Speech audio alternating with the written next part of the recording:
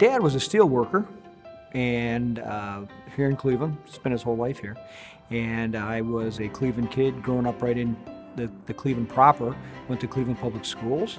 And when I graduated from John Marshall High School, actually, it was just kind of a natural progression for me to move forward, and Cleveland State was something that was always in the works for myself and my family.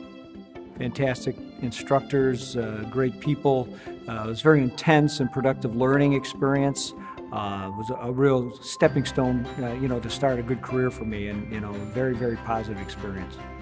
I started right out of school working for the Cleveland Electric Illuminating Company. I graduated here from Cleveland State with a bachelor's degree in civil engineering.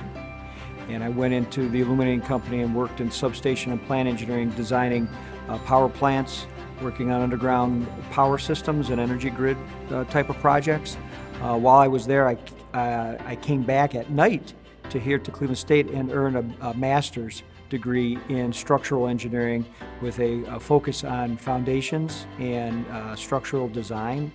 I continued to work for CEI for the next, about 20 years. It eventually morphed into FirstEnergy. And then in 2001, I left FirstEnergy and went to Honoree Warner Associates as the head of the structural engineering department, and kind of worked my way up through that organization onto the board of directors eventually, and now as the president of the company. Back in the 90s, I was an adjunct professor in the civil engineering department, teaching structures, strength of materials, engineering mechanics type of classes.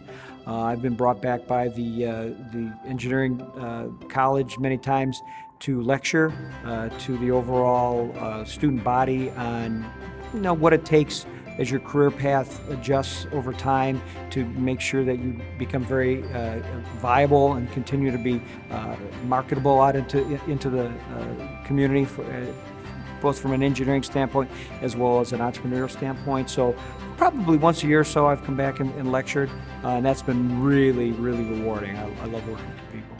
I think it's really important that we're able to come back and give back on what we've learned to help the next generation of students that come through to thrive, because this place that's exactly what it did for me. The one thing that I want to do is thank my wife Tina more than anyone in the world for sticking with me through my career over these last 30 years. She's even joked over time that she has started thinking like an engineer over all this time because of us being together. She's a classically trained soprano, and for her to take that artistic side and understand what Cleveland State actually brought to me through engineering is just beyond belief. So I have to thank her for everything she's done.